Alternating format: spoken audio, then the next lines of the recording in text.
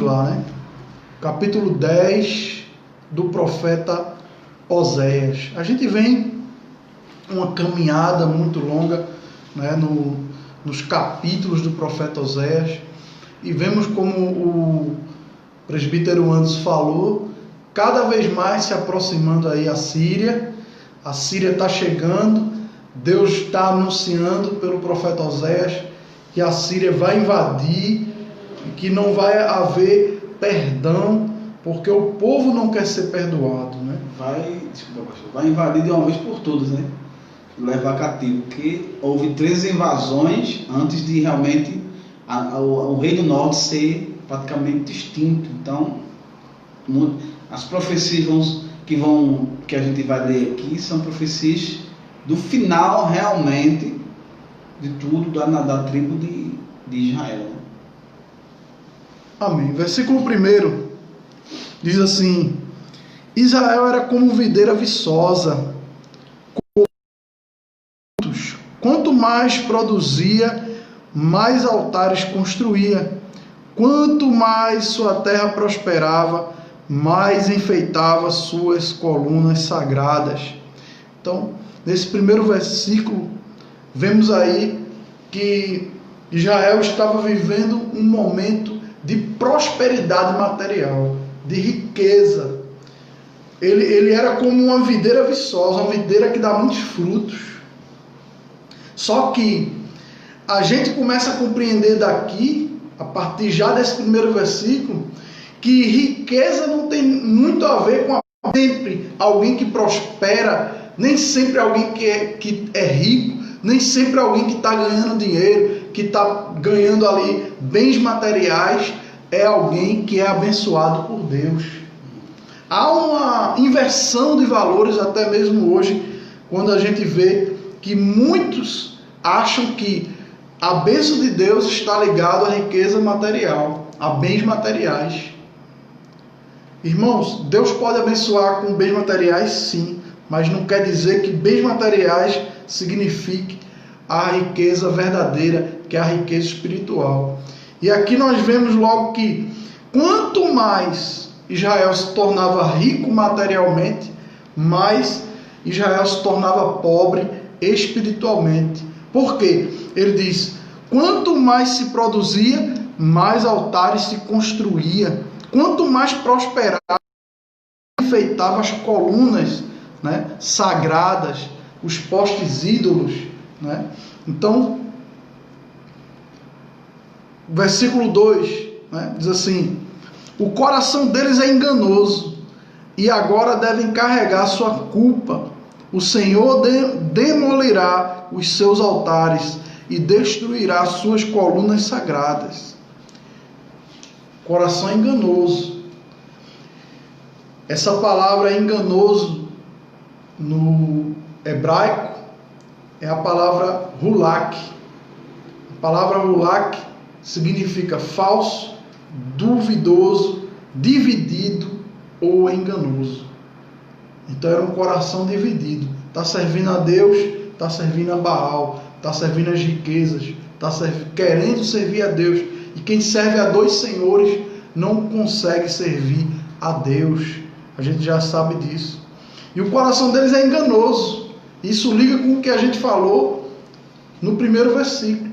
Porque eles achavam, por estar bem financeiramente, por estar bem na parte da finança, por ser próspero, eles achavam que estavam com a bênção do Senhor, mas eles estavam enganados, estavam enganando-se a si mesmo. E Deus diz aqui que vai destruir, vai demolir os altares, vai destruir essas colunas.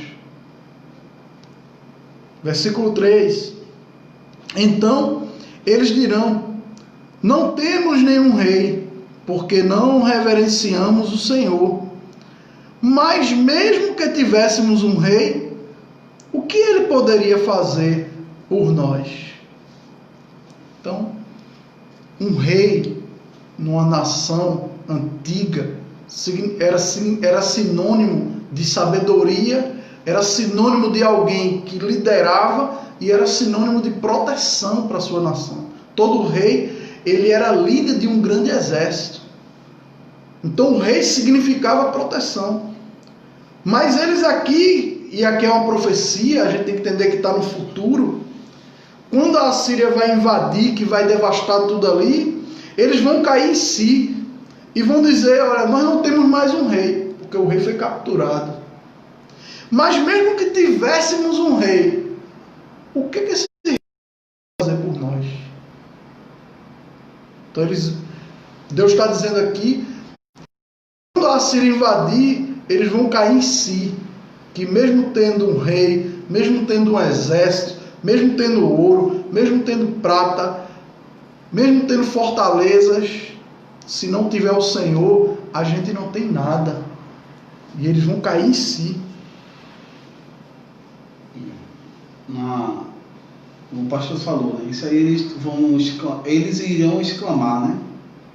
Isso vai ser quando eles chegarem lá, como a gente leu anteriormente, que nem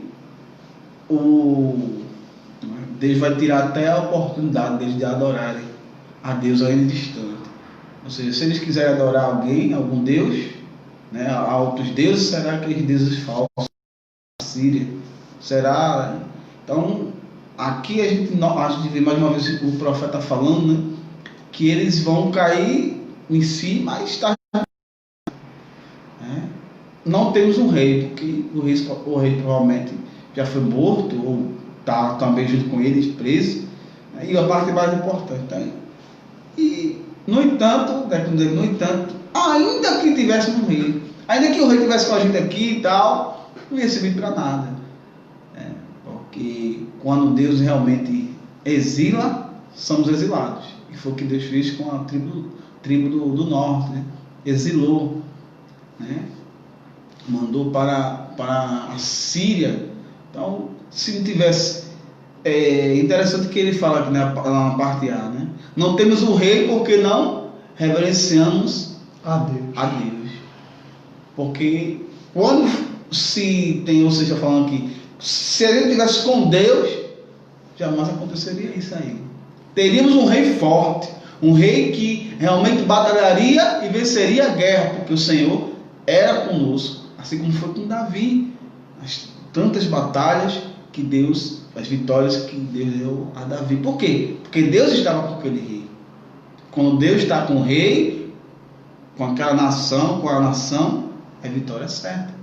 Mas quando não está, é isso. Ainda que tivesse um rei.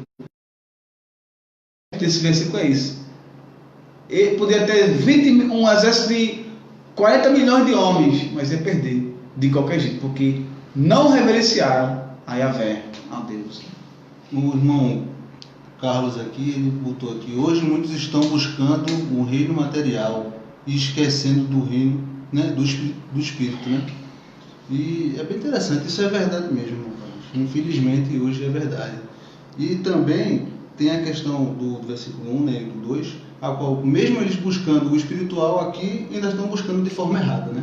Como hoje também a gente vê muito isso. Muita gente buscando o espiritual de forma errada, com certeza. E era o que eles estavam fazendo, né? Como o presbítero antes já pregou aqui, que eles estavam buscando a Deus através dos Baalins, dos Baals da vida, através dos postes ídolos. Não se busca a Deus através de nada. O único mediador entre Deus e os homens é Jesus Cristo, né? Não existe um meio de chegar a Deus que não seja Jesus. E hoje eu acho que é um assunto que a gente pode falar um pouquinho sobre essa questão, sobre esses meios, né? Aprendendo com a nação de Israel, com o erro deles aqui, esses meios, né, de se chegar a Deus, como a gente falou no capítulo 1, onde Jeroboão, depois que houve a cisão entre o reino do sul e o reino do norte, para que o povo não fosse para Jerusalém, porque o rei do sul, Jerusalém fica no sul, ele fez o quê? Construiu o templo e construiu 2 bezerros de ouro, para que através do bezerro de ouro, ou seja, trocando, né, era para ser Jesus o mediador, né? Vamos colocar assim, o povo adorasse a Deus através do bezerro de ouro. E um abismo somou outro abismo. Eles começaram a idolatria. E note como o irmão já se falou, adorando a Deus de forma errada. E é isso que muitas vezes está acontecendo, né? Muitas vezes O povo hoje está com sal, está com óleo, está com vassoura, está com não sei o que. Com isso, igreja do Senhor, só existe, como o pastor que falou, que está escrito na Bíblia, um mediador entre Deus e os homens, Jesus Cristo. Ninguém vai agradar a Deus por meio de um óleo, por meio de sal, por meio de não sei quantas, 30 dias de oração, 7 de não sei o que lá, né? O que você quiser fazer, amém, certo? Mas não coloque isso como o fundamental, como só dessa forma é que Deus vai me ouvir. Não coloque isso. A única forma que é bíblico que Deus nos escuta é através de Jesus Cristo, é através de um arrependimento puro, sincero, como Deus fala com o povo aqui, que o povo era dissimulado, fingia que adorava a Deus, mas o coração estava distante. Esteja com o coração voltado para Deus, independente se você vai orar 1 dia, 2 dias, 7 dias, 50 dias de oração, de jejum, independentemente. Se o seu coração estiver realmente voltado para Deus, como a gente vê lá em Daniel, né? Como Daniel se dispôs a orar, lá ficou uns dias de jejum, foi 21 dias, se eu não estou enganado, foi 21 dias. E o que é que o anjo diz aí lá? Olha, no primeiro dia que você se dispôs a orar, a resposta veio. Mas o príncipe da Pérsia me pediu, claro, de forma figurada, que estava falando sobre a questão do diabo, né? Então você vê que no primeiro dia de oração de Daniel, Deus ouviu e mandou a resposta. Então, essa questão de tempo, de fazer isso, não use esses meios. Não vamos cair nesse modismo que está aí. Romanos 12:2, não se amoldeis esse século. Então a modinha agora é ter alguma coisa, é botar acessório na palavra. A palavra de Deus não precisa de acessório. Ela por si só é poderosa. Ela por si só, né, cura, liberta, faz aquilo que apraz a Deus. Então cuidado, muito cuidado com esses meios que estão colocando aí. A forma bíblica de chegar até Deus é Jesus Cristo. É Jesus Cristo, então. Amém. Versículo 4 diz assim: eles fazem muitas promessas, fazem juramentos e acordos falsos. Por isso, brotam as demandas como ervas venenosas num campo arado.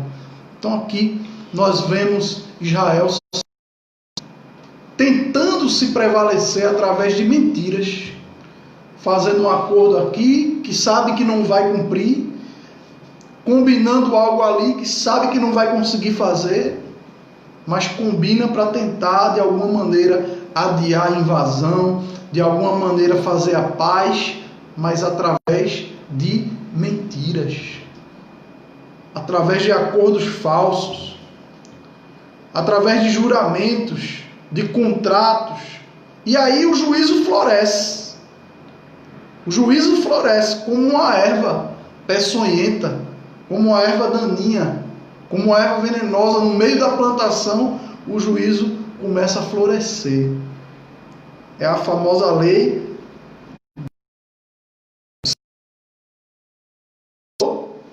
vai colher. Interessante que o profeta, né, falando aqui, né, que esse 3, né, continua. O que é que o final do 3 diz assim, né? O que é que ele pode fazer por nós ainda? Aí fala, né? Ora, os reis costumam fazer, como posso...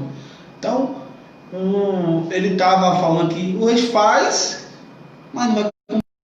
Aí você vai lá para Números, que diz, Deus falando, acho que é 23, não sei qual vai ser. Para que minta, nem filho do homem, para que se arrependa. Quantos e quantos, eu acredito, quantos e quantos mentiras, promessas, os reis, né, provavelmente fizeram ao povo e não cumpriram, ou esqueceram. Ainda esqueci, era para fazer isso, eu não sabia. Claro que eles, né? Podia até ser que ele esquecesse, literalmente, que ele esquecesse disso. Mas por quê? Porque é Bíblia. Moisés já falou isso lá atrás. Deus falou através de Moisés lá atrás. No caso,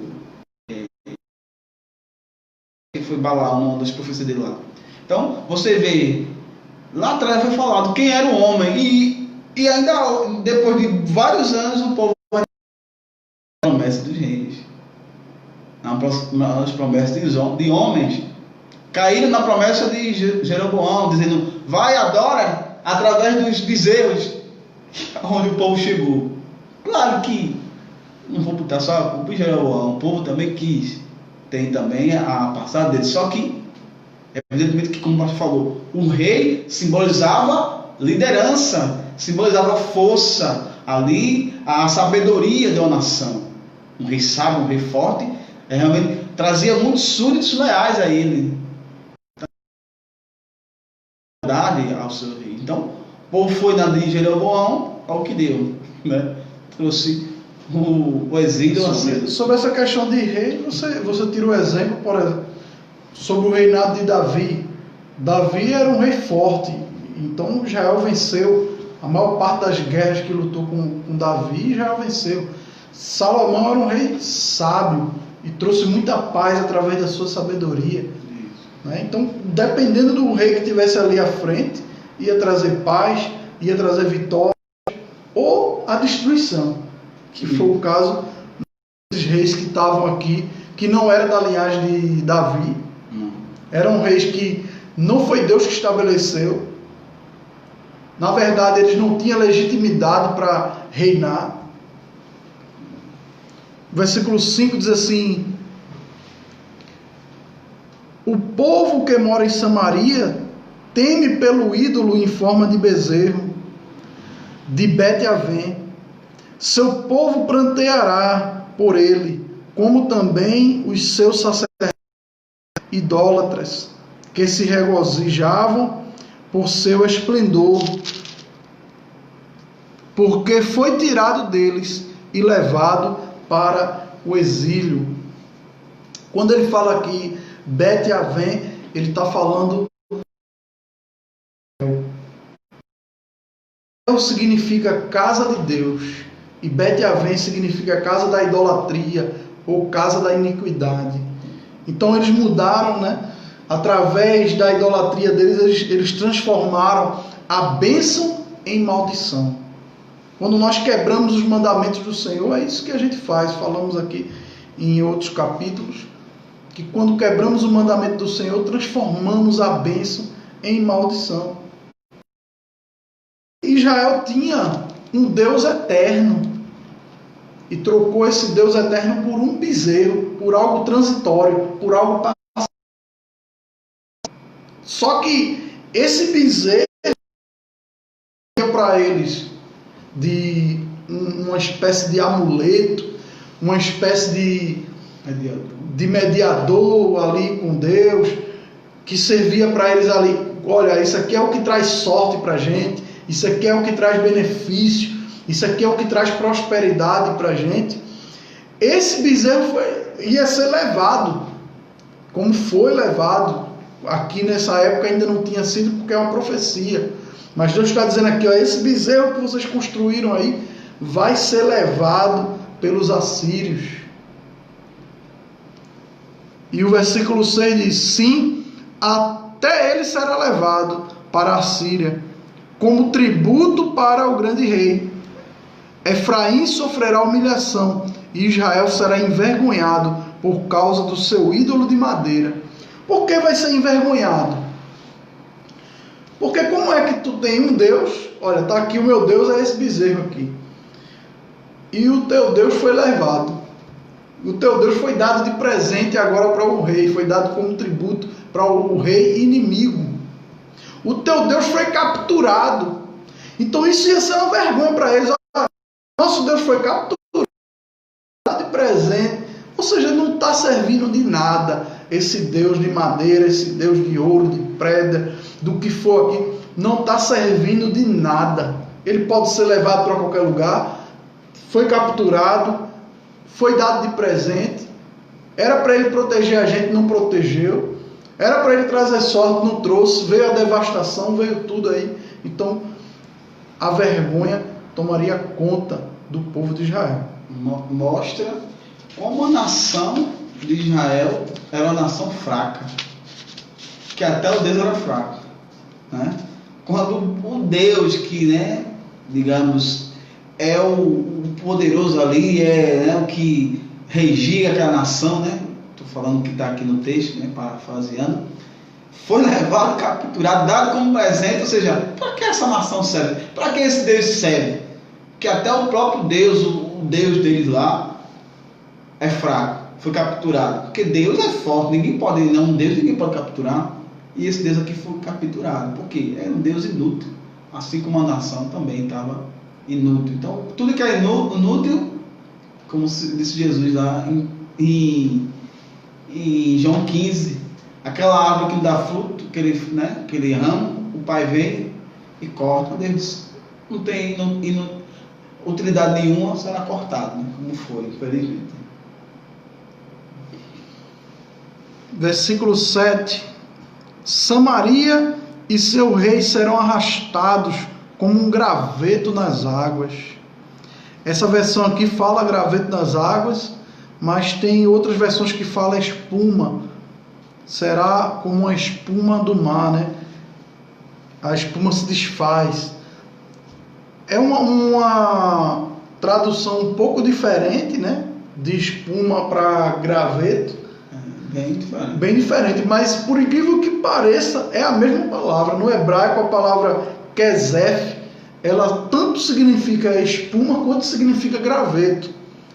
Mas o tradutor, né, tanto de uma Bíblia como de outra, ele está certo.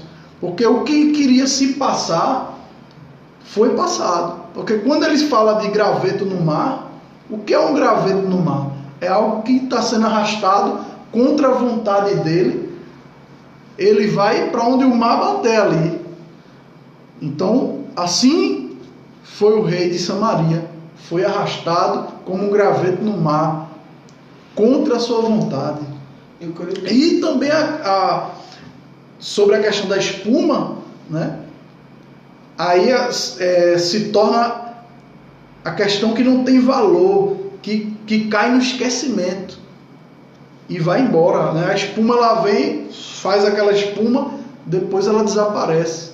Então assim foi com o rei de Samaria, porque quando os assírios capturaram, foi levado contra a sua vontade e caiu no esquecimento, né? Eu acredito, né, melhor para o nosso entendimento, e pelo que o texto vem seguindo, em vez de colocar espuma, que o pessoal que fez a Bíblia nessas versões, colocasse madeira, que fala lasca, porque se no versículo anterior ele fala de Deus de madeira, né, então você vai ligando, né, Deus de madeira, ele e seu rei será esquecido. Então você segue a sequência e você logo entende que seria melhor colocar, por mais que seja a mesma coisa. É porque a gente aqui, a nossa gramática, tem tudo, né, uma coisa, cada coisa. Palavra é uma palavra. Né, e outras nações não. Uma palavra muitas vezes tem sentido diferente, 3 ou 4 sentidos diferentes. Aí você tem que fazer o quê? Interpretação de texto, saber o que o texto está falando. É a mesma coisa aqui. Se você lê antes, você vai ver que está falando de madeira. Então a gente leva aquele que, como é o nome da palavra em hebraico? Kezef está falando a questão de madeira aqui. Nesse sentido aqui, leva a questão de madeira, né? Porque a espuma fica meio que fora do contexto que vem falando sobre o ídolo de madeira. Então, Kezef, então tem o Kezef no sentido de madeira, de lasca, não a lasca de madeira, como aqui, né? Sabendo que eu tenho falado de lasca. A né? King James fala da lasca de madeira. E João Ferreira de Almeida fala o quê? Fala madeira também. Madeira também. E a KNVI também madeira, mas a King James que eu tenho, a King James não, a João Ferreira de Almeida que eu tenho outra ali, ela fala espuma, ela traduz como espuma. Mas a maioria das Bíblias, pelo que a gente está vendo aqui, é madeira, né? Então ela segue realmente o que você falou, ela segue o contexto. Até porque a hebraica, né? Ela é muito, no caso, expressiva, assim, né? Porque realmente, para aquela época, ou para aquilo que você fala, você tem que entender todo um contexto em si, né? Se você pegar uma palavra só específica, você vai ter que entender o que está se passando antes. Isso é muito importante. Amém. Então, versículo 8. Os altares da impiedade, que foram os pecados de Israel, foram destruídos. Espinhos e ervas daninhas crescerão e cobrirão seus altares. Então eles dirão aos montes: cubram-nos, e às colinas: caiam sobre nós. Uma verdadeira devastação, não só por parte material dos assírios, mas por parte natural também. Como eles vão ser levados pelos assírios, Deus está dizendo: ó, esses ídolos que vocês adoravam aí, sabe o que vai acontecer com eles? Os matos vai cobrir eles e não vai servir mais para nada. Eles não protegeram vocês e nem conseguem se proteger. E poeticamente aqui ele diz: olha, eles vão dizer aos montes: cubram-nos, e as colinas caiam sobre nós. É como se dissesse que os deuses deles estão sofrendo, né? Tá pedindo. Tá pedindo para morrer, porque o sofrimento é grande, a vergonha é grande. É melhor a gente morrer, né? Deus que morre, que Deus fraco é. Os altos de Avém, né? Os altos da impiedade. E aqui a gente pode relacionar, Jesus ele cita esse texto lá no Novo Testamento, né? Aí a gente não vai entrar no detalhe, porque Jesus cita o texto já mencionando uma outra profecia. Ele usa a profecia para já fazer uma outra profecia, né? Então, depois você pega aí e estuda aí direitinho, para a gente não sair do assunto, senão a gente vai voar aqui. Versículo 9. Desde os dias de Gibeá você pecou, ó Israel, e permanecer assim. Acaso a guerra não os alcançou em Gibeá por causa dos malfeitores? Gibeá foi aquilo que o presbítero antes citou semana passada, e ele pode falar numa linha rápida aí sobre a questão de Gibeá. Enquanto isso, Jadson abre lá em Juízes 19:30. Rapidamente aqui, né? Porque eu já falei semana passada, e a história é longa, que foi, né, sobre a questão do levita e sua concubina, né? E essa concubina foi entregue a homens de Belial, né? Homens maus lá, que estavam no meio da tribo de Efraim. E ela foi, né, estuprada a noite toda, e chegou ao ponto de deixar ela já morta. E aí o marido dela, o levita, foi e partiu em 12 pedaços, aquela coisa toda, né, e espalhou para as 12 tribos, para que, se houvesse, né, fosse uma vingança. Então houve muito derramamento de sangue, né, e eles ficaram muito chocados pelo que esses homens de Belial fizeram com essa mulher, né? Então passaram a noite todinha, fizeram todo tipo de coisa, estupraram ela de todas as formas possíveis, ao ponto dela morrer. Então aqui o negócio, eu acho que não foi 10 pessoas não, o negócio foi bem, né? Então isso chocou o povo, teve aquela revolta. Então desde Gibeá, daquele dia mau, aquele dia negro que aconteceu isso aí, né, que o povo foi pecando, né, como fala aqui o texto, né, desde esse dia. E os homens, né, de Belial, que fizeram aquilo com a mulher, eles receberam juízo naquela época, porque as tribos se uniram e foram lá guerrear contra Gibeá, né, e se vingar dessa mulher, do levita, né? Dessa mulher. Teve uma guerra meio que interna, né, porque a tribo de Efraim, que era uma das maiores tribos, né, Efraim e Judá era maior, não quis entregar esses homens, né? Então houve aquela guerra, e até aquela parte, né, que fala do Shibolete, né, Shibolete com X, né, e Shibolete com C, e o povo ali morria, né. Você vê depois lá, bem interessante essa parte aí, né, aquela guerra que teve. Juízes 19. Cada um que via tal coisa dizia: nunca tal se fez nem se viu, em que os filhos de Israel subiram da terra do Egito até o dia de hoje. Passai, reflitam, digam o que se deve fazer. Então veja, né? foi algo tão perverso que as pessoas ficaram admiradas e diziam assim, ó, desde quando a gente veio do Egito para cá, nunca aconteceu um negócio desse. O povo ficou admirado, o povo ficou assustado com tamanha perversidade que fizeram com aquela mulher. E o que é que o profeta quer dizer aqui para Israel? Ele quer dizer para Israel, olha, vocês estão num nível de perversidade, estão num nível de maldade, como os homens de Belial naquele tempo. Não tinha Deus.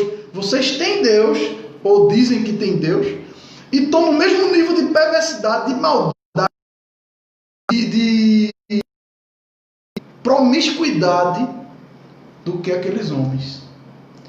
Agora, ele também manda um recado, ele diz, olha, a guerra chegou para aqueles homens lá, e vai chegar para vocês também. O juiz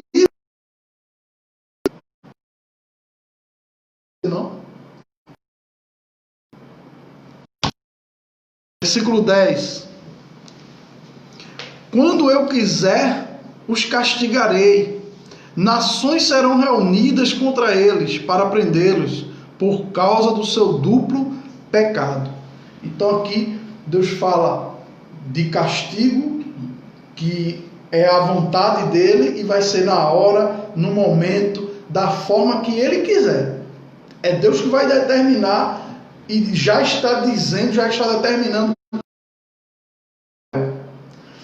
E Deus diz aqui que as nações vão cercar, vão sitiar eles. E a gente sabe que quando uma outra nação é uma coisa horrível, porque deixa sem comida, sem água, vai tirando ali os mantimentos, as provisões, até que aquela nação define. E o duplo pecado de Israel? Qual é o duplo pecado de Israel? E a instituição de reis tem a vontade de Deus. Isso é algo que já vem falando. A idolatria. E outro que é o principal, que é a questão que eles colocaram reis sem ser a vontade de Deus, reis que não eram da linhagem de Davi, e tantos outros.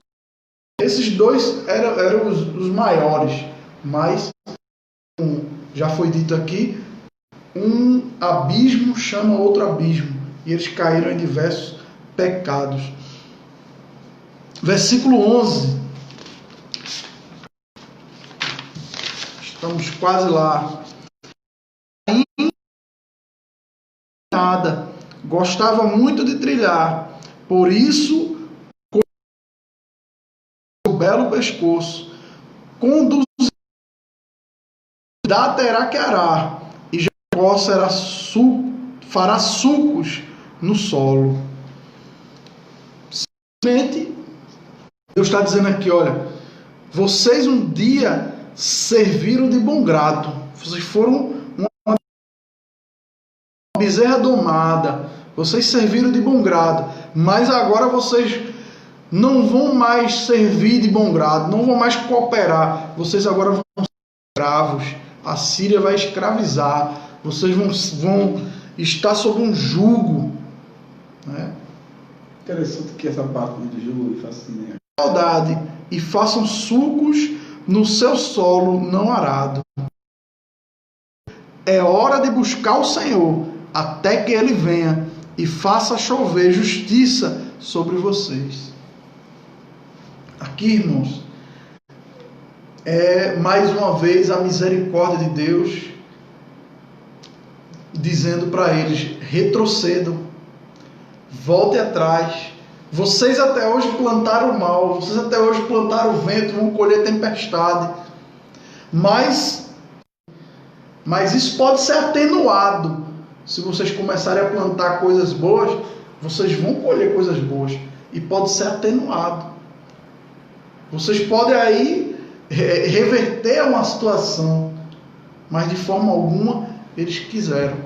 De forma alguma eles ouviram a Deus. Porque no versículo 13, ele diz lá, ó, mas, ou seja, Deus mandou eles plantar retidão, mas vocês plantaram a impiedade e colheram o mal, e comeram o fruto do engano, visto que vocês têm confiado na sua própria força e nos seus muitos guerreiros.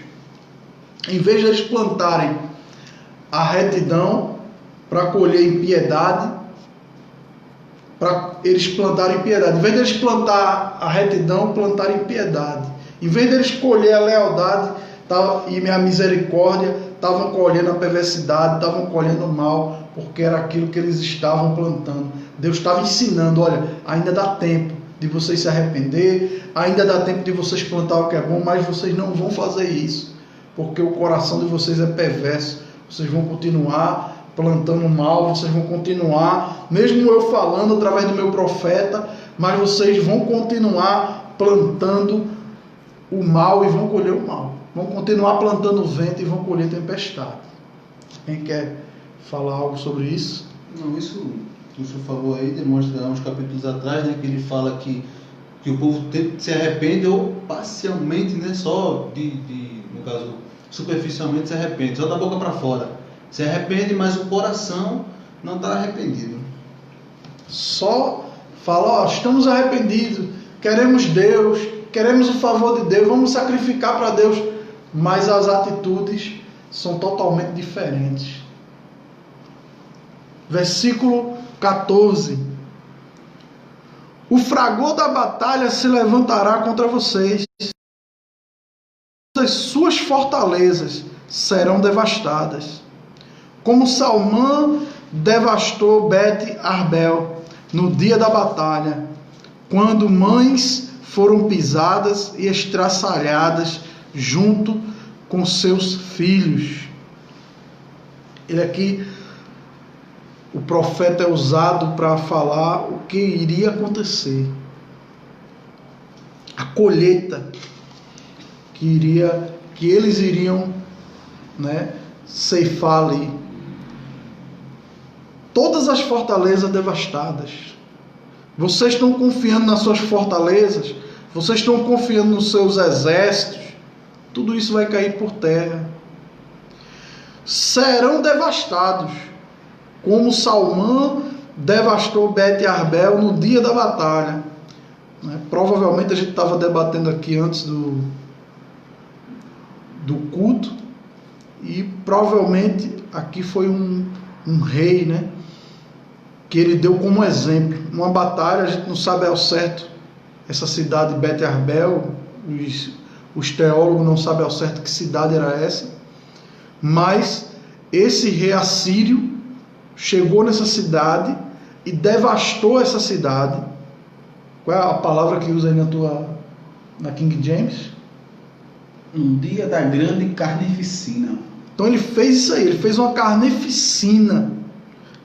Ele chegou naquela cidade e devastou tudo, nem mulher nem criança ele respeitou, saiu matando todo mundo ali, devastando tudo, foi uma carnificina.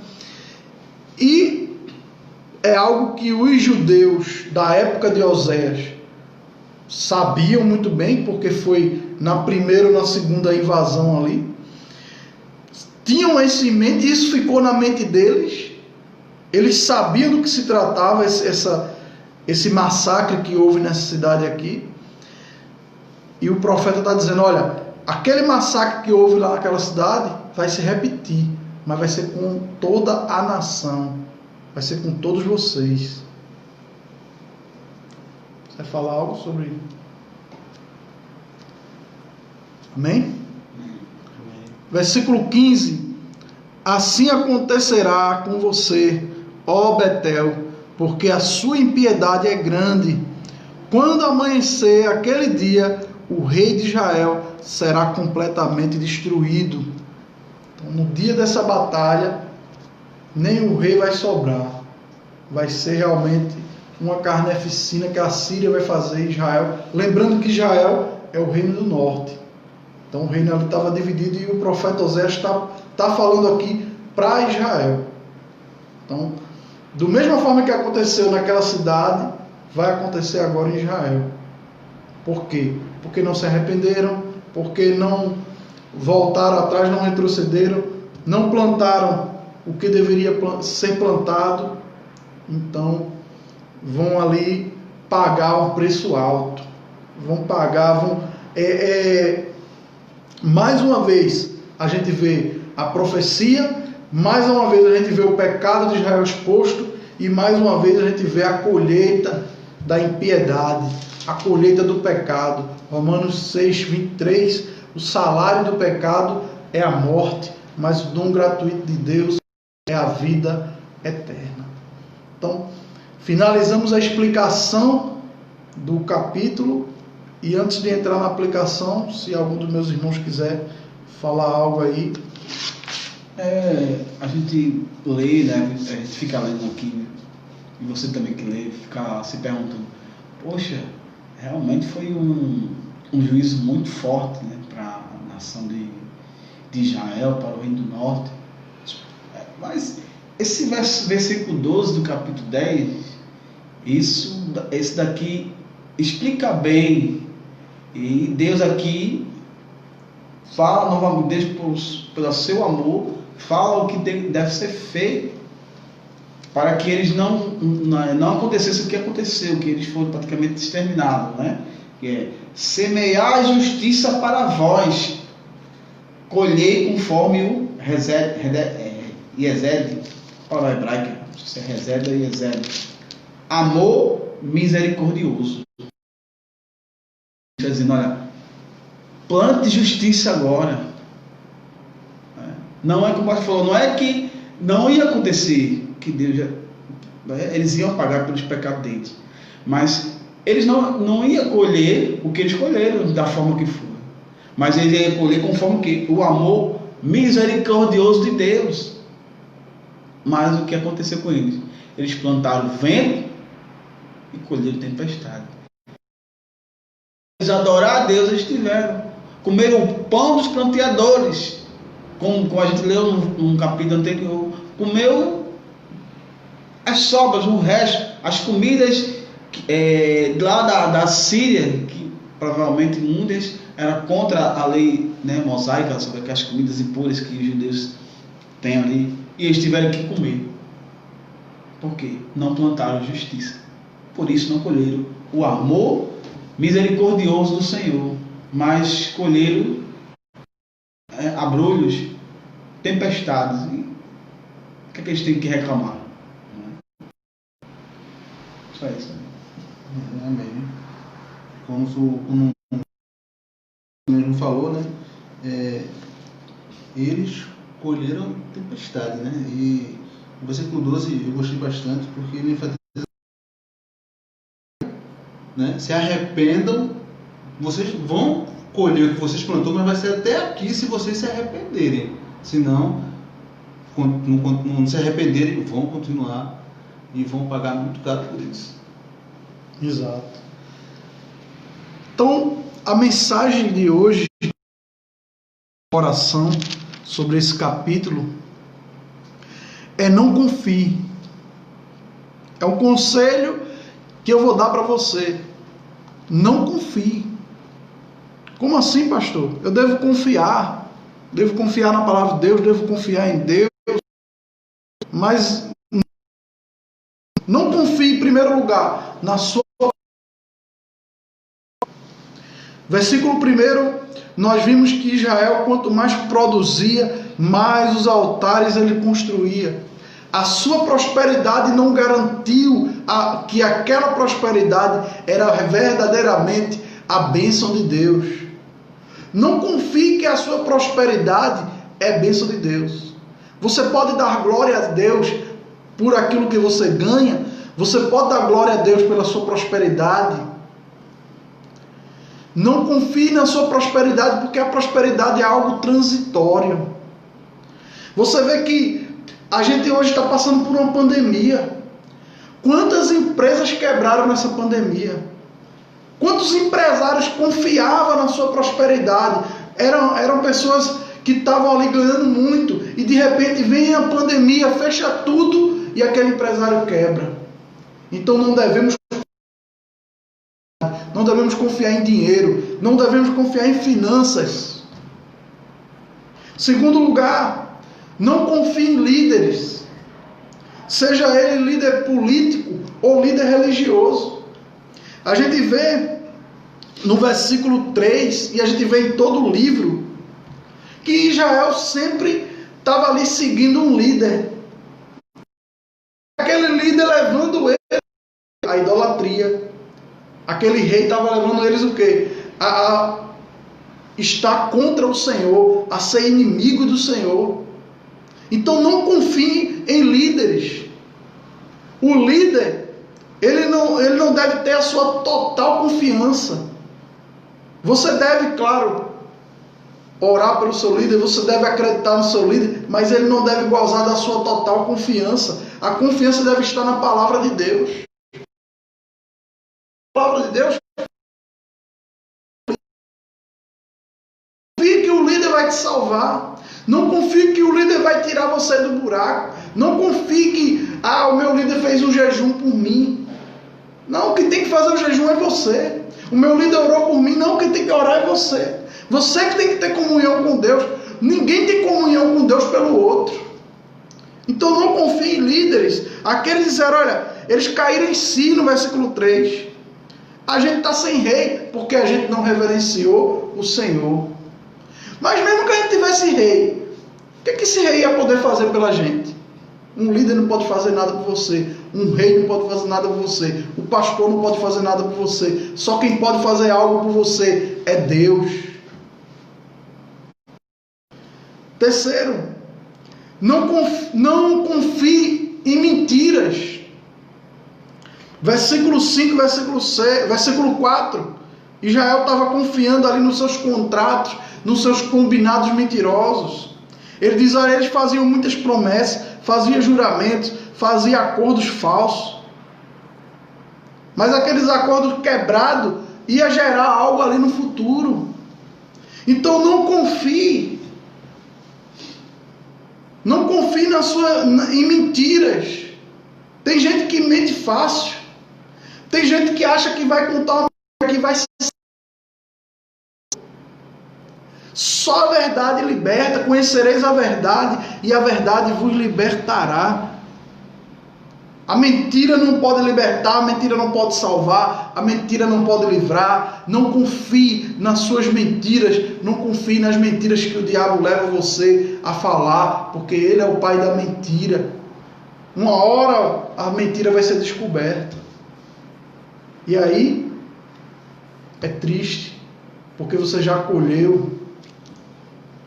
O presbítero não quer falar? Oi? Quer falar? Não. Quarto lugar, não confie em amuletos, não confie em ídolos. Versículo 5, a gente vê lá que o bezerro que eles levantaram, no versículo 6, foi levado embora. Então pare de confiar em amuletos, pare de confiar em ídolos. Confie em Deus, confie na palavra de Deus. Deus não é homem para que minta, nem filho do homem para se arrepender. Confie em Deus. Não confie em amuletos. Hoje a gente vê, infelizmente, nas igrejas, as pessoas estão confiando em amuletos. Antes de começar, o irmão Jadson estava falando aqui, uma cena triste que ele viu. Pode falar aí, irmão. Os amuletos, né, ditos religiosos, né, aquelas pessoas que trazem antigos ritos, né, judaicos para os dias, trazendo aquilo, né, tirando totalmente fora, tirando do seu contexto, né, ali, histórico que a gente vê na Bíblia, trazendo para os dias de hoje e trazendo como um ritual mesmo. Se você vê, é uma coisa terrível, né? Aí você vê que eles usam aquilo de amuleto para chegar a Deus. É o que esse povo anda fazendo, né? Não, venham, tá aqui, a gente vai entrar na entrada da Arca da Aliança, bote sua mão no óleo, no caso, usando aquilo como apetrecho para chegar a Jesus Cristo, né? Vou botar teu nome no óleo aqui, irmão. Olha, eu vou botar teu nome no óleo. Olha, tu vai comprar o tijolinho aqui, tu vai comprar a vassoura, leva a vassoura para tua casa, tu vai comprar a Arca da Aliança. Quando essa arca estiver na tua casa, você vai ser abençoado. Abre lá a Bíblia no Salmo 91 que você vai ser abençoado. Olha, faz assim. Canta tantos hinos que você vai ser abençoado. Faz 7 jejuns que você vai ser abençoado. Isso tudo é amuleto, irmão. A bênção de Deus, ela não está em adereços. A bênção de Deus está em Deus. Você ter Deus no seu coração. Você ter Deus na sua vida. E apesar das circunstâncias, a gente sabe que Deus está ali, nos livrando, nos guardando, nos protegendo. A gente não precisa de amuleto. A gente tem um Deus que é vivo. A gente tem um Deus que é eterno. A bênção de Deus está no que diz Deuteronômio 28, verso 2. Se atentamente ouvires a voz do Senhor teu Deus e tendo cuidado em cumprir. Pronto. É isso aí. Um povo é copo d'água, é não sei o que. Eu não tomei meu copo d'água. Acho que é isso que... como eu ouvi um comentário de... uma história que a pessoa tinha um comércio e não... tal dia ele não abria. E quando abriu, que deu algo que foi no administrativo errado, foi o homem que errou, aí logo botou a culpa, aconteceu isso porque eu não fiz tal coisa para Deus, ou seja, colocou aquilo dali como amuleto. Só que o erro que aconteceu foi um erro humano. Então, eu sei que ela não é um amuleto. Só aconteceu isso porque eu fiz isso, porque eu deixei de tomar esse copo d'água, porque eu deixei de botar a caneta assim, porque na hora eu peguei o celular. Então, vamos ter mais senso espiritual, não um senso humano, é um senso, está faltando muito senso espiritual das coisas, Mas por que isso? Tudo se resume no que o próprio Oséias, Deus fala através de Oséias: meu povo perece.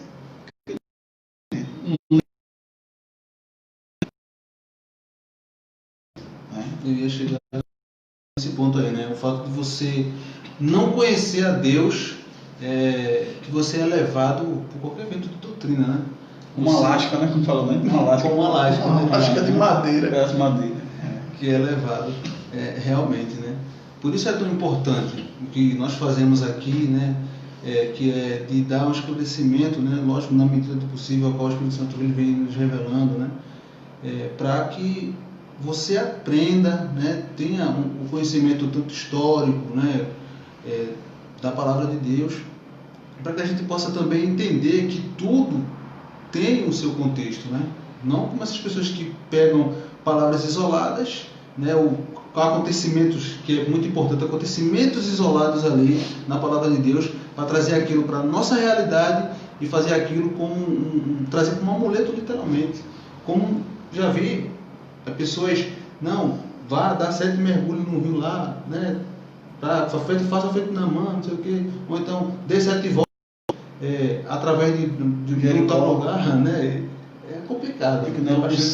O sal, porque Eliseu jogou o sal nas águas, que se tornaram nas águas lá, se tinha muito milagres, prodígio, e esses defensores dessa teologia aí dos sinais, eu digo, estou até inventando, dos sinais, só quer ficar dos sinais e prodígios. Por que aconteceu aquilo dali? Porque tudo tem um início. Então era o início ali do Espírito Santo, digamos, sozinho aqui, aqui o Espírito Santo, eu vou, mas vi o outro de Jesus. Então começou início. Então por isso que havia aquela questão de impor as mãos e aquele batismo, e as pessoas levam para o outro lado que não tem nada a ver, usando algo que aconteceu lá, que tem o seu propósito histórico daquela época, cultural, trazendo para hoje, porque eles querem fundamentar alguma coisa, como o senhor colocou aqui, não confia em amuleto, ou seja, a gente tem que fundamentar esse amuleto em alguma coisa. Faz o quê? A nação dos 318, Aí eu nunca tinha visto falar sobre 318. Aonde, velho? 318. Esse cara, isso é errado. Aí quando você vai procurar o que? Quando Ló é preso, Abraão pega 318 valentes e vai resgatar Ló. Os caras pegaram isso, meu irmão. Entendeu? Então, você vem para... Mas tá na Bíblia, tá na Bíblia. Aí é muito bom, né? Mas tem nada a ver com Não tem nada a ver com o contexto, né? Nação 318, não sei o que de Gideão, a rosa de Saron, ali de Davi, que o negócio é Davi, né, eu acho, né? Então, cuidado com esses ídolos, com esses amuletos. Por isso que o coração do povo está cheio de ídolo. Tem nem espaço para Deus. Que chega lá, tem copo d'água do lado, vassoura de um lado, jejum, 7 dias jejuando do lado, aí na outra parte tem um monte do lado, na outra parte tem, sei lá, a caneta, o tijolinho, como o pastor falou, semente, né, como disse o Valdomiro. Tem um bocado de coisa, menos confiar em Deus, como o pastor está falando. Só esclarecendo, acho que o pastor, o presbítero falou assim, em relação aos dons, né, do Espírito a qual você fala lá, muito em Atos lá, né, nós acreditamos realmente nos dons, mas sabemos que ali, no livro de Atos, né, eles eram de uma forma para testemunhar aquilo, o Evangelho, né? Era novo, considera novidade. Então, exatamente. E que estava se iniciando a pregação em toda primeiro Israel, Samaria, os confins do mundo. Tinha que acontecer, introduzisse. Então a gente tem que saber disso. Não é que eu não creio nos dons, eu creio, porque está na Bíblia. Então, se está na Bíblia, eu creio. Só que eu não vou viver minha vida todinha só nos dons espirituais, né? E principalmente que o povo só quer profecia e língua, né? Só que parece que só tem esses dois, né? Parece que só tem esses dois, não tem. Se você ler, tem até dom de doar, né?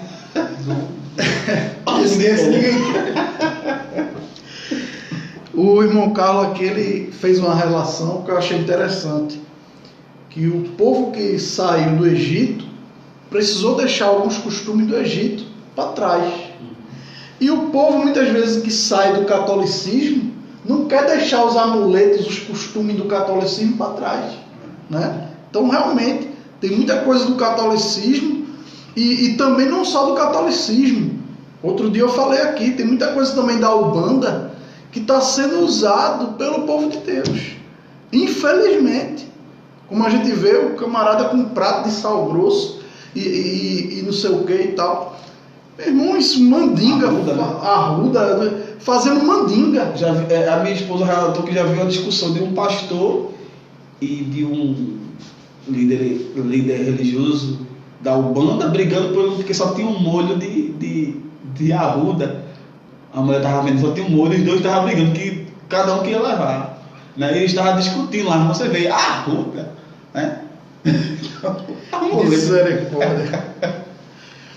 E quinto lugar, não confie na sua própria força, que aqui no versículo 13, né, Deus diz, olha, mas vocês plantaram a impiedade, colheram o mal e comerão fruto do engano, visto que vocês têm confiado na sua própria força e nos seus muitos guerreiros. Então muitas vezes a gente confia, a gente acredita tanto na gente, que é uma coisa que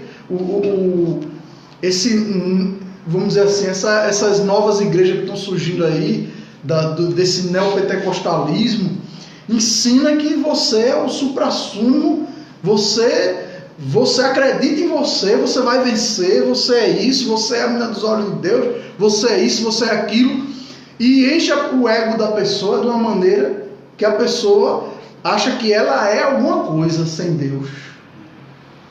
Então não confie em você mesmo, não caia nesse falso evangelho que ensina você a acreditar em você mesmo. Acredite em Deus, confie em Deus.